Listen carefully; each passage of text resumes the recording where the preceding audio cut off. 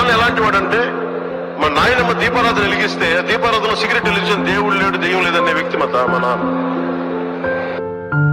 ఇది ఆడేది కొద్దిమంది రాజకీయ నాయకులు ఆడతారు, వాళ్ళు కూడా ఎక్కువ మంది ఆడేది కూడా హిందువులు. అసలు ఇలాంటి గొడవలు పెట్టింది హిందూ నాయకులు తప్ప మిగతా నాయకులు చేయరు అసలు రాదు వాళ్ళకి. నిజంగా మన ఈ మధ్యన గోమాంసం గురించి లేదంటే బీఫ్ గురించి ఇంత గొడవ జరుగుతూ ఉంటే నాకు అనిపించింది, స్వామి వివేకానంద ఒక మాట చెప్పారు చిన్నప్పుడు. ఇప్పుడు మా నాన్న చెప్పిన మాటలు ఇవి. నిజంగా నాకు ఆకలేసి వేరే దారి లేకపోయి నేను ఉండాలి అంటే గుడ్డు మాంసం తినేది ఆయన అన్న మాటలు. నేను బీఫ్ తినాలి అంటే నేను తిని ముందుకెళ్తాను తప్ప దాన్ని వేరేలా చేసుకోనండి స్వామి వివేకానంద అన్న మాటలు ఉంటాయి. ఆయన స్వామి వివేకానంద జీవిత చరిత్రలో ఉంటాయి. అంటే తిండి ఏది తిన్నామని కాదు, నిజంగా మరి తిండి శాకాహారమే తింటే అందరు గొప్ప వాళ్ళు అయిపోతారంటే మరి గుజరాత్ లో గోత్రా ఘటన ఎందుకు జరిగింది?